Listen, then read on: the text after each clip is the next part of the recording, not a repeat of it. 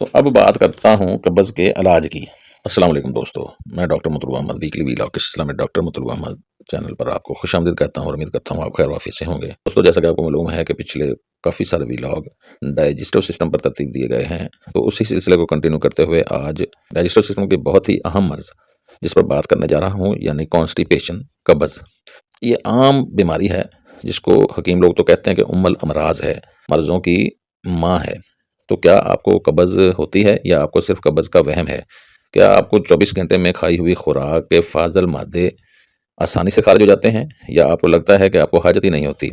या कई बार ऐसे आपको महसूस होता है कि जैसे पखाना भी बहुत पतला और सॉफ्टी है मगर वो खारिज नहीं होता और आपका पेट भारी रहता है? या आपको लगता है कि कब्ज़ और इसहाल आपको बारी-बारी लगे रहते हैं?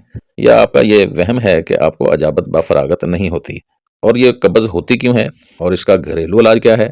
और होम्योपैथी में आप इसको किस तरह ट्रीट कर सकते हैं? तो बात करते हैं कब्ज़ पर। जुड़े रहिए साथ। उम्मीद है कि आपको ये व्लॉग बहुत ही आला और यूनिक लगेगा। कब्ज़ असल में अंतड़ियों की कमज़ोरी और सुस्ती की वजह से होने वाली मर्ज़ है। ये ऐसी हालत को ज़ाहिर करती है जिसमें एक दिन के दौरान खाई जाने वाली खुराक के फाज़िल मादे अगले 24 से 48 घंटों में जिस्म से खारिज नहीं होते। बाद लोगों को कुदरती तौर पर यानी पैदाइशी तौर पर ही या जेनेटिकली तौर पर ही दूसरे तीसरे दिन पखाना आता है, ये उनकी आदत होती है। इसलिए इनको इस बात से ज़रा भी फ़िक्र नहीं करना चाहिए। और कुछ लोग रोज़ाना 1 बार या 2 बार की आदत में खुद को तंदुरुस्त समझते हैं। दरअसल अंतड़ियों को जैसी आदत डाल ली जाती है, पड़ जाती है। कब्ज़ में ऐसा भी होता है कि मरीज़ बार-बार रफ़ा हाजत के लिए जाता है मगर पखाना मुकम्मल खारिज नहीं होता, यानी अजाबत ब-फ़रागत नहीं हुआ करती। अब बात करता हूँ वजूहात की। कब्ज़ की सबसे बड़ी वजह कॉलन की दीवारों में पैदा होने वाली पेरिस्टाल्टिक मूवमेंट का कमज़ोर पड़ जाना होता है। अंतड़ियों की हरकत कमज़ोर होने का सबब एक तो खुराक का कम लेना भी हो सकता है। दूसरा, जिन लोगों को जलाब लेने की आदत हो या जो कब्ज़ के साथ सिरप, गोलियां, फक्कियां ज़्यादा इस्तेमाल करते हैं और अंतड़ियों की हरकत को तेज़ करके अजाबत करने के आदी हो जाते हैं, इनकी हरकत बगैर अद्वियात के कमज़ोर रहने लगती है, जिससे इनको कब्ज़ का वहम बहुत ज़्यादा तंग करता है, ख्वाह कब्ज़ से कोई नुकसान ना ही हो रहा हो। दूसरा, ये ऐसे लोग होते हैं जो सब्जियां, फल बहुत कम खाते हैं, यानी फाइबर वाली खुराकें बहुत कम खाते हैं। तीसरा, ये पानी बहुत कम पीते हैं। जिन लोगों का पेशाब ज़्यादा आए, जिसमें पानी कम रहता हो, वो भी कब्ज़ का शिकार हो जाया करते हैं। यानी शुगर के मरीज़ जिनमें पानी अंदर कम ठहरता है, या जो पानी कम पीते हैं, जो सेब वगैरह, फल वगैरह नहीं खाते, कच्ची सब्जियां, सलाद वगैरह नहीं खाते, यानी फाइबर वाली खुराकें कम खाते हैं, उनको कब्ज़ हो जाया करती है। कब्ज़ की अलामात क्या हो सकती हैं, इस पर बात करूँगा। आमतौर पर पखाना सख्त आया करता है, या कई बार भेड़ या बकरी की मेंगनियों की तरह का हो जाया करता है, या थोड़ा-थोड़ा टूट-टूट कर कई-कई बार आता है। सांस से बदबू आ सकती है, ज़बान गंदी हो जाती है, यानी उस पर पपड़ी जम जाती है, पेट में गैस भरा रहा करता है, सर दर्द, थकावट हो सकती है, चक्कर, मतली, पेट दर्द, बवासीर, भूख का कम लगना, वहमी हो जाना इसकी खास अलामात हैं। कुछ अमराज ऐसे हैं जो कब्ज़ से तो पैदा नहीं होते, मगर कब्ज़ की वजह से इनमें शिद्दत आ सकती होती है, जैसे कि दमा, ब्लड प्रेशर, जोड़ों का दर्द, ज़बी दर्द, सर दर्द, गुर्दे की बीमारियां, बवासीर, दिल के अमराज, ज़हनी अमराज, मिर्गी वगैरह। तो अब बात करता हूँ कब्ज़ के इलाज की। इलाज में सबसे पहले घरेलू इलाज में आप फल सब्जियां ज़्यादा खाएं, पानी ज़्यादा पिएं, सुबह की सैर ज़रूर करें, मैदा से बनी हुई चीज़ें कम खाएं, जैसे समोसे, पकौड़े, पूरी, गोश्त, ये कम इस्तेमाल करेंगे और पानी ज़्यादा पिएंगे तो कब्ज़ खुद ब खुद ही बेहतर होना शुरू हो जाएगी। अगर फिर भी आपको कब्ज़ रहती है तो आप इन होम्योपैथिक अद्वियात में से अपने अलामात के मुताबिक कोई भी दवाई सिलेक्ट करें, कुछ दिन उसको मुतवातर इस्तेमाल करें, आपकी कब्ज़ हमेशा के लिए इंशाल्लाह ठीक हो जाएगी। जैसे कि एब्स नेगरा का दूसरा बड़ा सिम्टम ये है कि ये खाना खाने के बाद पेट दर्द इसमें हुआ करता है। एस्क्यूलेसिप, इसमें बवासीर होती है। अम्यूनियम म्योर, ये आमतौर पर सुस्त, काहिल और मोटे लोग होते हैं। अनाकार्डियम, वहमी लोग होते हैं। आर्निका, थकावट या किसी औजार वगैरह की चोट के बाद अगर कब्ज़ हो। ब्रायूनिया, मुंह खुश्क होता है। कलकेरियाकार, मोटे पिलपिले लोग होते हैं।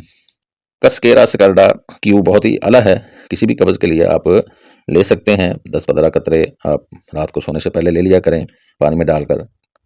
स्कारला कास्टिकम आमतौर पर बूढ़े लोगों में या जो थकावट का काम करते हैं, जिनके पट्टे कमज़ोर होते हैं, उनके लिए बहुत आला दवाई होती है। ग्रेफाइट से इसमें पहला खाने का हिस्सा आमतौर पर सख्त होता है। इसी तरह कलकेरिया कार में भी पहला सख्त होता है, बाद में सॉफ्ट हो जाया करता है। ग्रेशोला आमतौर पर औरतों की दवाई के तौर पर जानी जाती है, जैसे नक्सोमिका और मर्दों में काम करती है, उससे मिलती जुलती अलामात कब्ज़ के हवाले से भी ग्रेशोला में होती हैं। हाइड्रेटस कब्ज़ की बहुत आला दवाई है, आमतौर पर क्यू में इस्तेमाल होती है और ये बुजुर्गों और बूढ़ों के लिए बहुत ही आला दवाई होती है। आयरस टैंक्स, इसमें खटास पाई जाना बहुत ही बड़ा सिम्टम है।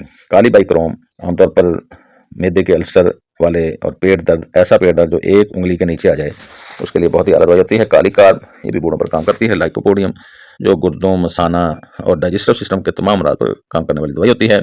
इस तरह मैग्नीशियम और नेट्रोम्योर में आप कहेंगे कि ये बहुत स्ट्रेस लोग होते हैं, पखाना टूट टूट कर आया करता है, और ये बहुत गमज़दा लोग होते हैं, अग्नेशिया के मामले के तौर पर भी काम करती है। और ब्लड प्रेशर इसमें आमतौर पर अगर ज़्यादा हो तो बड़ी ताकतों में देते हैं, अगर ब्लड प्रेशर कम हो तो 6x 3x में दी जाती होती है। नाइट्रिक एसिड आमतौर पर मुंह में ज़ख्म के साथ या मक्कद और पीनस पर ज़ख्म और खारिश के साथ अगर कब्ज़ हो तो बहुत ही आला काम किया करती है। नक्सोमिका किसी तारफ़ की मोहताज नहीं है। होटलिंग और नित नए खाने खाने वालों और फास्ट फूड खाने वालों की कब्ज़ के लिए बहुत आला दवाई है। ओपियम, जिसमें पखाने की हाजत ही नहीं होती। पैराफिन और फास्फोरस के हवाले से हम कह सकते हैं कि लंबे लोगों की दवाई होती है, जिनको गुल्ली की तरह का सख्त लकड़ी नुमा पखाना आया करता है। प्लाटिनम बड़ी मगरूर और मुतकब्बर किस्म की औरतों की दवाई होती है। प्लम्बम मैट के लिए आपको देखना पड़ेगा कि पेट कश्ती नमा होता है, यानी अंदर को धंसा हुआ होता है, और साथ शदीद कब्ज़ मेंगनों की तरह की कब्ज़ होती है, और पेट दर्द की बहुत आला दवाई होती है। पोडोफाइलम, जिसमें इसहाल और कब्ज़ बारी बारी भी हो सकते हैं, लेकिन ये इसहाल पर ज़्यादा काम करती है। शुरानम में बदबूदार पसीना और बदबू आना जिस्म से ज़रूरी होता है। थूजा, ऐसी कब्ज़ की दवाई होती है जिसमें पखाना बाहर आकर अंदर चला जाए, यही सलीशिया का भी सिम्टम है। सेलेनियम में मर्दाना कमजोरी के साथ और जिसमें गर्मी ज़्यादा महसूस हो, बहुत आला काम करती है। सीपी औरतों के लिए, ऐसी औरतें जो मर्दाना खासियत या खसलत रखती हों बॉडी स्ट्रक्चर के हवाले से, उनके लिए बहुत आला दवाई होती है। स्टाफिसोगेरिया, जिनका गुस्सा स्प्रेस हो गया हो तो उनके लिए है। सल्फ़र, जिन 10-11 बजे भूख लगना और पाँव की जलन के लिए, और गंदा मैला चला रहने वाला मरीज होता है।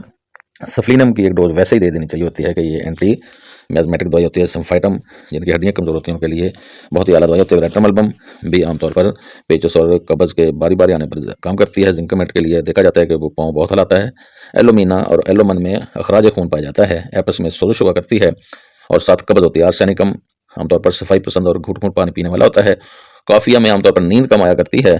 काकुलस में खंचाव और हाथ पाँव का सो जाने के साथ कब्ज़ होती है। कोनियम आमतौर पर बड़ी उम्र के कंवारों और मेल और फीमेल के लिए कब्ज़ की बहुत ही आला दवाई होती है। क्लेमेटस, पेशाब की अलामत के साथ अगर कब्ज़ हो तो बहुत आला काम करती है। लेक्डेफोरेटम, दूध पीने वाले बच्चों या दूध से नफरत करने वाले लोगों के लिए बहुत आला दवाई है। लेक्सस बहुत ही आला दवाई है ऐसे लोगों के लिए जिनमें जेलसी पाई जाए। मजीरियम, जिनमें स्किन डिजीज़ भी पाई जाए, उनके लिए बहुत आला दवाई है। सेनिक्योला, सेट्रामोनियम, जिनको काफ़ी सारे वहम ओहाम हों तो उनके लिए बहुत आला दवाई होती है। साल के साथ अदल बदल कर कब्ज़ अगर हो तो एंटम crude, चैलिडोनियम, nitric acid, podophyllum, nux vomica, opium, कालनसोनिया, sulphur, हाइड्रेटस दवाई हुआ करती है। बूढ़ों को कभी इसहाल और कभी कब्ज़ हो तो एंटम क्रूड और फास्फोरस दवाई हुआ करती है। नरम पखाना हो फिर भी मुश्किल से आए तो एलोमिना, एलोमन, एंटम क्रूड, ब्रेटाम्योर, ब्रायोनिया, कार्बोनियम सेलोकास्टिकम, कोनियम, ग्रेफाइट्स, कालीसर, लेक्डेफोरेटम, लेक्सस, magnesium mur, natrum mur, nitric acid, nux moschata, nux vomica, opium, platinum, plumbum, sanicula, selenium, ruta, sepia, silicea, sulphur, thuja, zincum में से देखेंगे। पखाना आते आते वापस चला जाए, आपको हाजत हुई है, पखाना आया है और रेक्टम से वापस चला गया है, तो दवाई ओपियम, सलेशिया, थूजा, लेक्डेफोरेटम, नेट्रोमेयर हुआ करती है। तिब्बी या एलोपैथी या मुख्तलिफ सिरप्स, फकियाँ, गोलियाँ खाने से अगर कब्ज़ शदीद हो तो नक्सवामिका, कालोसंथ, ओपियम, ब्रायोनिया दवाई होती है। अनीमिया करवाने वालों की कब्ज़ के लिए ओपियम, यानी अनीमिया के बगैर पखाना ही ना आए। जचगी वाली औरत की कब्ज़ के लिए मजीरियम, औलाद की चोट के बाद अगर कब्ज़ हो तो आर्निका रूटा, दिमागी अलामत की वजह से कब्ज़ हो तो मैग्नीशियम और मकद की बेहिसी यानी फालिजनुमा हालत में हो तो एलोमिनाना, कार्डियम, ओपियम, कास्टिकम, सीपिया, सलेशिया दवाई हुआ करती है। अंतड़ियों की खुश्की से कब्ज़ अगर हो तो aesculus hip, alumina, bryonia, collinsonia, lyco, natrum mur, opium, platinum, plumbum और सल्फर दवाई होती है। छोटे ऐसे बच्चे जो फीडर पीते हैं, इनकी कब्ज़ यानी ऊपरा दूध पीते हैं, ऊपर वाला दूध पीते हैं या मदर फीड करते हैं, एलुमिना, नक्सवामिका, ओपियम, लेक्डेफोरेटम दवाई हुआ करती है। तमाम बच्चों की कब्ज़, बच्चों में चाहे वो फीडर पीते हैं यानी वो टीन एजर्स हैं, छोटी उम्र के बच्चे हैं, तो उनमें aesculus hip, alumina, bryonia, collinsonia, lycopodium, magnesium और nux vomica, paraffin, psorinum, sepia, silicea, veratrum album दवाई हुआ करती है। बूढ़ों की कब्ज़ के लिए alumina, antim crud, opium, selenium, sulphur, phosphorus दवाई होती है। औरतों की कब्ज़ alumina, asafoetida, collinsonia, graphite, hydrastis, natrum mur, platinum, plumbum, podophyllum, sepia से ठीक हो जाती है से पहले कब्ज़ अगर हो तो काली कार्ब, सलेशिया, ग्रेफाइट्स, लेक्सस दवाई होती है। हैज़ के दौरान अगर कब्ज़ तंग करे तो एपस, ग्रेफाइट्स, काली कार्ब, नेट्रोमेयर, प्लाटिनम, सीपिया, सलेशिया दवाइयाँ हुआ करती हैं। हैज़ दब जाने पर कब्ज़ ग्रेफाइट्स, हिमामेल से ठीक हो जाती है। हमल के दौरान की कब्ज़ डोलिकस, नेट्रमसेल, नेक्सवामिका, प्लाटिनम, सीपिया, ब्रायोनिया, हाइड्रेटस से ठीक हो जाया करती है। स्याहों यानी मुसाफरों की कब्ज़ के लिए एलुमिना, नक्सवामिका, ओपियम, प्लाटिनम दवाई होती है। खुश्क खाना टूट टूट के गिरे, साथ शदीद कब्ज़ हो तो अमोनियम में और मैग्नीशियम में और नेट्रोम में और जिंकम दवाई होती है। मैंगनियों की तरह के पखाने के साथ शदीद कब्ज हो तो alumina, alumen, carduus, chelidonium, graphites, lycopodium, magnesium mur, nux vomica, opium, platinum, plumbum met, sepia, sulphur दवाई हुआ करती है। लंबा खुश्क दर्द वाला पखाना है, साथ शदीद कब्ज हो, aesculus hip, alumina, bryonia, graphites, kali carb, phosphorus, selenium, opium, sulphur, veratrum album दवाई हुआ करती है। बैरूनी मदद यानी उंगली चम्मच की डंडी से पखाना निकालना पड़े, ओपियम, एलुमिना, प्लम्बमेट, सेलेनियम, सिलिशिया दवाई हुआ करती है। पखाना खुश्क साथ हाजत ज़्यादा हो, anacardium, causticum, ignatia, lycopodium, nux vomica, phosphorus, platinum, sepia, sulphur, silicea दवाई होती है। हाजत रहती है, दबाव रहता है मगर पखाना आता नहीं तो दवाई होती है अनाकार्डियम, नक्सवामिका, नेट्रोम्योर, ग्रेफाइट्स, अम्बरा, लाइकोपोडियम। शदीद कब्ज और पखाने की हाजत ही ना हो, कई कई दिन हाजत ही नहीं होती, तो दवाइयाँ होती हैं एलोमिना, ब्रायोनिया, ग्रेफाइट्स, हाइड्रेटस, ओपियम। कब्ज में मकद के साथ चिपकने वाला पखाना हो यानी जेली नमा लेसदार पखाना हो तो प्लाटिनम, सेनकोना बार, चेलिडोनियम, एलोमिना दवाई हुआ करती है। कब्ज के साथ मकद में खूब दर्द और दुखन हो तो ग्रेफाइट्स, नाइट्रोम्योर, नाइट्रिक एसिड, सिलिशिया दवाई हुआ करती है। अगर आप शुरू में बगैर सिम्टम के कुछ दवाइयाँ देना चाहें, कोई भी बच्चा है तो आप उसको ब्रायोनिया 30 दे सकते हैं, बूढ़ा है तो उसको ओपियम दे सकते हैं, या बेलाडोना सीएम दे सकते हैं। जो लोग गोश्तखोर हों और फास्ट फूड के शदाई हों उनको आप नक्सवामिका दे सकते हैं।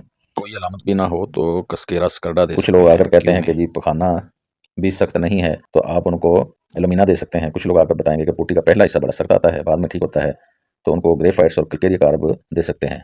दोस्तों लाइक और शेयर ज़रूर करें और जुड़े रहिए ऐसी मालूमाती वीडियो के लिए। चैनल सब्सक्राइब कीजिए। वस्सलाम।